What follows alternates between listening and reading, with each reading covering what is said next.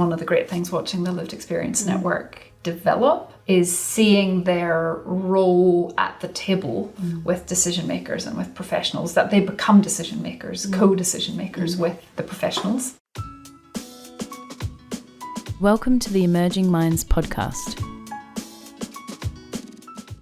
Hi everyone, I'm Bec Edser, Child and Family Partnerships Coordinator, and in this two-part episode we will be hearing a conversation that I had the pleasure of listening to between three people who were key in establishing a lived experience network. The group is comprised of 15 system advisors to the South Australian Government's Department of Human Services Early Intervention Research Directorate. While developing a case study for Emerging Minds Child and Family Partnership Toolkit, consultants Dana Shen and Melanie Lambert, as well as the Lived Experience Network Coordinator Yasmin Sinclair, met with me to share the journey that they've been on with this project and some of the learnings that they've taken away from undertaking co-design work that's centred around children and families' lived experiences. At Emerging Minds, we're committed to ensuring that the voices of children and families with experiences of adversity and resilience are included in our work. I was interested in hearing from Dana, Mel and Yasmin how they had done this effectively with the Lived Experience Network and what were some of the key ingredients to this network's success. Dana and Mel kicked off the conversation by providing some context to why the Lived Experience Network was set up and how they were involved. A core piece of work that we had been involved in was the development and sort of a redesign and co-design of the child and family support system. And there were key system elements that the department wanted us to focus on, but also we knew, and our partners knew, that a core part of that was actually having the family voice actually being central to the whole project. And so we ensured along the way that families were heard in different kinds of ways. So first of all, we started off with families actually in one-to-one or group interviews with us. And over time, in the stages of the project, as we became more connected and more known by families and were able to kind of encourage them to be part of what happened, they actually were involved in other parts of it as well. As Dana said, it was a gradual process of building trust with the families we were working with. And so after the initial interviews and conversations with the families, we decided to draw them into some of the broader stakeholder workshops in a very supported way. Given their previous experience with child protection and with the system, they were nervous of that. And so we really worked with them to work out what role were they comfortable to fulfill, what supports did they need. And so we equipped them with some tools to help them remember that they're there to help design the system, not to have to go through their story again, not to have to retell their story, which they were so used to doing with the system, having to tell and retell their story. So having to help them unlearn that and empowering and enabling them to be involved in professional stakeholder workshops, which they did amazingly. They designed their own role description. They gave themselves a role title, which was System Advisor, and that name is still used a little. And that gave them real credibility in those workshops. And it was really interesting, Dana, wasn't it? Watching the professionals think about their words, think about how they were framing problems because these lived experience system advisors were in the workshops. So that was a really empowering thing for them. And then all those families who were part of those workshops continued into the Lived Experience Network. They then presented in the final workshop to showcase the whole co-design project, which was how many people? 300? Plus everybody online. With the minister there, 2 ministers there, in fact, and they sat up on stage and shared their experiences. And I think it was such a powerful experience for them and for DHS that it seemed impossible almost to let that lived experience voice not continue to influence the system. And so that's when we were approached by DHS to continue working with Yasmin, who came into the department to lead the lived experience work and co-design a network to continue advising, because they just saw the value of it, I think. Would that be your impression? Absolutely. And, I was looking back at the report that came out of this and, it's the richness of, of course, all stakeholders matter in big systems work, absolutely. But actually having the voice of families and the way they speak about things. They talk about it from pure experience. They talk about it as ordinary people speaking to all of us about what needs to change. And there's something so special about that it cuts through so many other things that can happen in a system of this type, and it actually reaches people. So I think that was, strongly influential in why it was so important to go to the next step. Dana's reflection here really resonated with me in thinking about how Emerging Minds lived experience partnerships really form the foundation of our work and ensure effective and impactful outcomes. The importance of building respectful partnerships that allow children and families to share with us their stories of strength, hope and resilience, as well as their challenges, is absolutely key to reaching people. Next, we started to hear from Yasmin about when she came on board in her role as the Lived Experience Network Coordinator. She shared with us what some of the key considerations were at this point in time. I guess really we just needed to do a lot of the trust and relationship building as well as what you did in the co-design process. I think we needed to allow time for that to happen again, and particularly building a relationship with me. And I think also because we weren't sure exactly what the Lived Experience Network was going to be, it was about co-designing something together with that group of parents and carers and with DHS as well. So we spent a lot of that first year looking at what would the terms of reference be, workshopping ideas. The parents went out and interviewed family and friends and got ideas from them. And then, we came back with some meat to put on the bones of this terms of reference. And it's been interesting, I guess, to review that over the last year as well, and add to that and build on it. And my sense was that at every point, the families, we needed to really not just build trust with us, but build trust that the system would actually listen to them. Yeah. I remember just feeling, rightly so, that they were calling us to account at every turn to go, well, will this really change? Well, what if we don't like that? What's going to happen? Where are the decisions being made?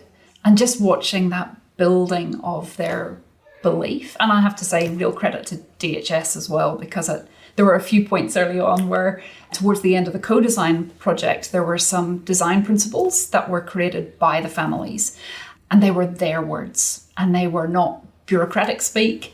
They were direct. They were the words of families. And we were really strong, and they were really strong that those words couldn't be changed. And the leadership in DHS did not want to change those words. But as happens in editions of reports, the words got changed somewhere in the edits.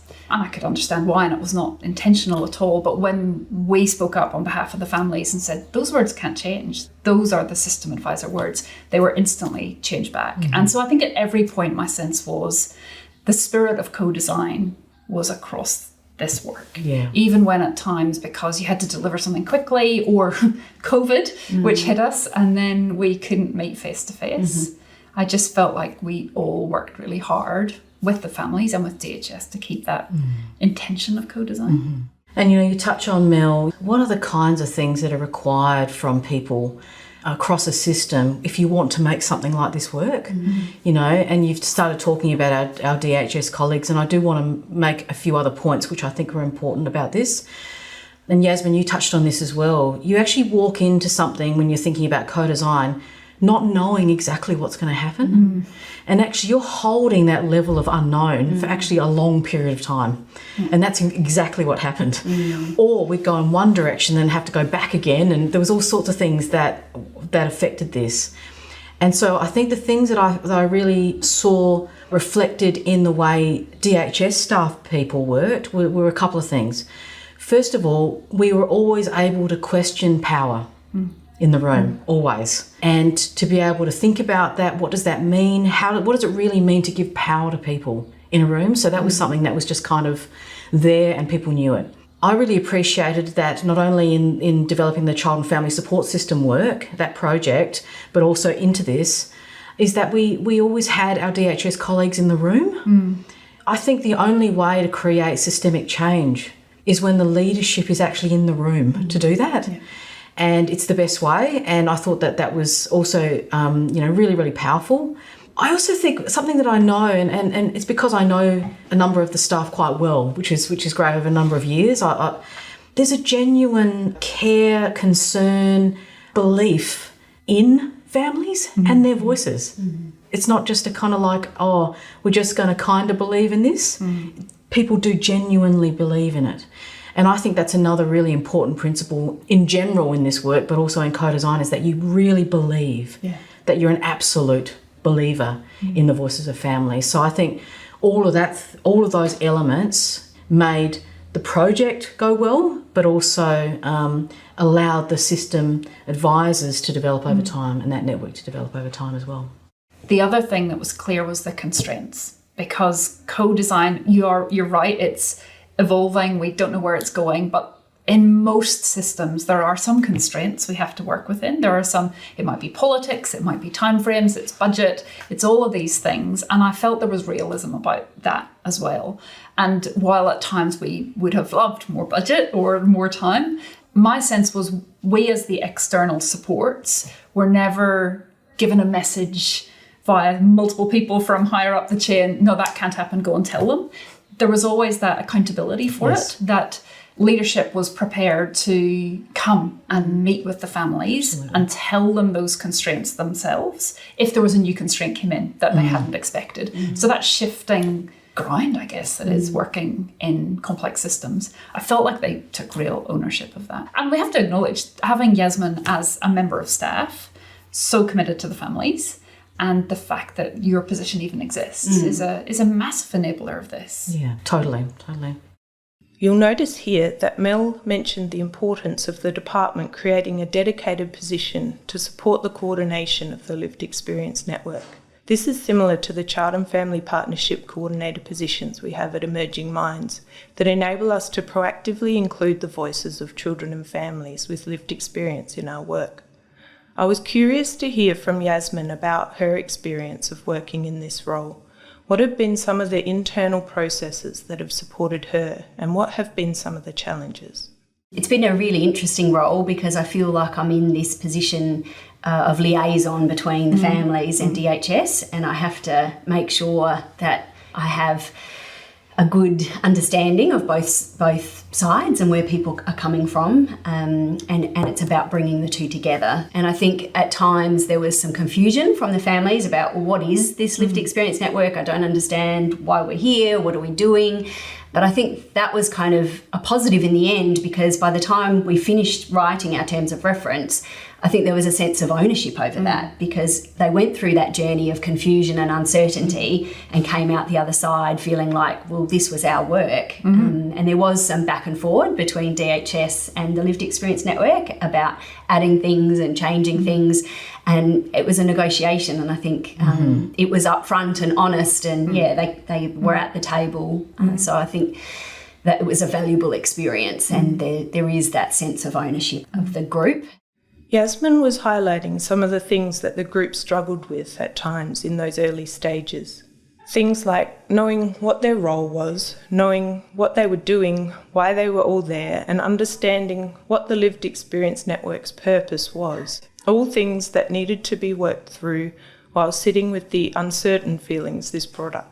But it sounded like really taking the time with this was an absolutely worthwhile process and led to the system advisors really having that sense of ownership of the group. At Emerging Minds, we recognise the importance of offering opportunities for our child and family partners to build their skills to equip them for the involvement that they have with our work. I was curious to hear from Dana, Mel and Yasmin's perspective what it takes to build a lived experience network in terms of the skill development required. You need to have people bring a certain way of thinking and being into this kind of work. I think the first thing is that you absolutely believe in people. I think if you believe in people, and I know the three of us, that's our values, that's how we work, then the wonder of people, it just comes, it just arises. And so whilst we would, if we think about the kinds of things we went through, we talked about co-design, we went through step by step what the processes look like, etc. We tried different things with people. Like there was just so many ways in which we tried to do things that would work with people to design in ways that felt right for them as well. It's a shared learning about what does it take to ask a family to help to co-design some stuff when they've actually got their own family with children and with all sorts of things going on in their lives. So it was kind of like you find ways to learn about what this way of working can really look like in the real lives of people. So I think it was a sort of a shared approach, though of course we went through the steps that we knew were important about skill development. But yeah, in the end, you leave better off really, you know, in terms of your knowledge and your skills yourself. So in addition to the co-design skill development that we did, we've offered training to the system advisors, range of different sort of certificates and courses that they've been able to participate in. And DHS were really clear from the outset that they wanted the system advisors to get something out of it, so that there was, you know, skill development and training in the process. But I think that formal training, while it's really valuable, there's so much growth that has happened, I guess, organically over time. And just creating opportunities for the families to talk with one another and have people come and consult with them and ask them questions and have discussion. It's allowed them to grow as people and develop confidence and skills that they always had, but that they've really been able to shine in that space. And yeah, I definitely hear that from them, that they talk a lot about their self-confidence and their self-esteem and the impact that being involved has had. So I think that's a wonderful outcome. And you talk about building the skills that they had, but they maybe didn't know they had. I think that's a lovely way to put it, because often we don't know what skills we have because we haven't had a chance to use them. And, you know, and I guess for some of these, particularly some of the younger members of the Lived Experience Network, it was their first experience really of being in a professional environment in that sort of, you know, influencing policy. And so it was like, hats off to them. I just think what a baptism of fire to suddenly be thrust into this position where you're speaking to the executive director in a government department. And I just think they impacted, and as you said, they, at every level in the system, people have learnt from them. And for them to see that impact, I just think is really critical. And again, all that additional training they've got is so helpful. And I think you've done such a great job, and the department has, about addressing some of the barriers they might have faced. So you always met, I think, here, or most times here, which is a lovely community centre with a playroom, and it's a safe environment. It's not a government building.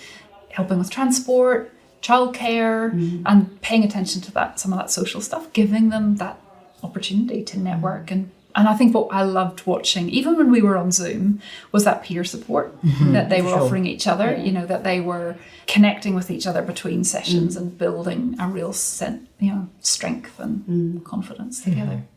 The skill development, training and other opportunities the system advisors have gained from their involvement with the Lived Experience Network, as well as the peer support and personal growth and confidence they have experienced, have all been ways that DHS has been able to give back to the Lived Experience Network. After completing their term with the Lived Experience Network, the system advisors have had a range of resulting opportunities, including some system advisors now becoming child and family partners with Emerging Minds. Next, we hear from Dana, Mel and Yasmin about the important balance of providing safety and being trauma-informed in lived experience work, while also offering choice about the opportunities to be involved. But this is what I've learned, you know, with working with people with lived experience. And, you know, I've done a lot of work with working with my own people, you know, Aboriginal communities as well. I think sometimes what we can do is get to a point where you get to a point where caring for people, as in caring for people to not re-traumatise, can at times really disempower people, right? Because you're making a judgment about what someone should be involved in and what they shouldn't be involved in. And actually what I've learnt across every bit of work that I do is that actually the most important thing and the most de-traumatising, whatever the right word is for it, way of doing this, is actually that you give people a choice. That you actually ask. We would like to explore this for a little while. How does people feel about that? Or we might want to work in this site. Is that going to bring up anything for you? Or you actually ask people their view on it to give them choice. And that power, that sense of power, is the thing that helps people to be able to do this kind of work and to understand what it is that's right for them. When we reached the end of the co-design process, and we were looking for people to be part of the ongoing development and co-design, I remember we went back to families who probably we didn't think would do it, but we asked them. Yes. And you're right. It was that, you framed it really beautifully. It's about empowering them to have the choice over their own life, and that we're not making a judgment about whether they're ready or not, whether they've dealt with issues enough to share their experience, but to give people that, dignity of choice and power to say, well, yeah, that is something I want to do. And as a result of that, the diversity in the group was amazing. And as we tried to expand the network, that was more intentional, but that really bubbled up from the people who we met during that process and who said yes to that ongoing co-design. So not just cultural diversity, but age groups, perspectives, family size, where they lived, how they lived. That was something I think which was a real strength and something that in co-design is so helpful to and enriching. And you also remind me that when choice is given and when people get to choose where they are in something, then they have the sense that they can tell you when something isn't right or if they don't like it. Yeah. So I reckon people were very respectful about it, but we had moments where we were pulled up about the way we'd said something or the process that we were going to apply, and they just said, we don't like that, or this needs to change, or whatever it is. And that's actually what you want to keep people safe in a lived way, Being guided by the families is so important. But I guess from an organisational perspective, DHS has had to figure out how we could support this group and make it actually happen. And, things like employing creche staff, people to actually care for the children whilst we were meeting, that was a real challenge, and it took a lot of navigating the system to try and work out a solution. Unfortunately, we couldn't employ people. We didn't have the right award to employ people ourselves, so we had to partner with another agency to provide that service, and so that took a while to establish. But I think it was so important that we continued that path, that we didn't just shut it down and say, actually, providing creche is too hard. So that was really important for me to just continue to push that until we found a solution. And recently the family said to me that they wanted to meet more in the north because they were travelling quite a long way to come to the Western region to our meetings. So, and a lot of that was just about room availability, but I just had to try that bit harder and keep exploring until we found a venue in the north that we could use. So I think responding to the family's needs is really important. I think touching on that issue of trauma and keeping people safe, I think whilst that's really important and we highly value looking after the group, it is about empowering them to make that choice themselves. And so I try to be as inclusive as possible with the group and let people know, be really transparent that this is the topic that we're going to be discussing on this day, and how do you feel about that, and who wants to participate. And some people will opt out and others will be quieter in the group on that session, and that's okay. So definitely giving that choice to them is important.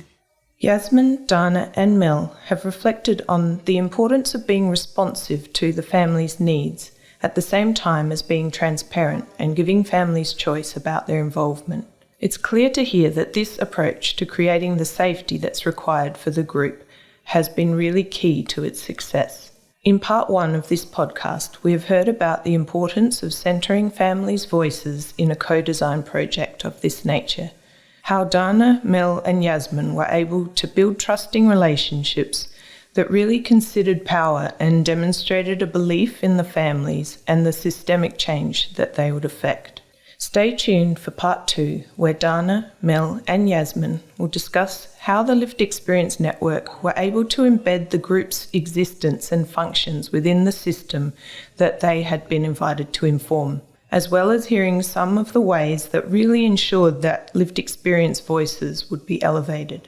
You can learn more about working with lived experience family partners in Emerging Minds Child and Family Partnerships Toolkit. Thank you for joining us. Visit our website at www.emergingminds.com.au to access a range of resources to assist your practice. Brought to you by the National Workforce Centre for Child Mental Health, led by Emerging Minds. The National Workforce Centre for Child Mental Health is funded by the Australian Government Department of Health under the National Support for Child and Youth Mental Health Program.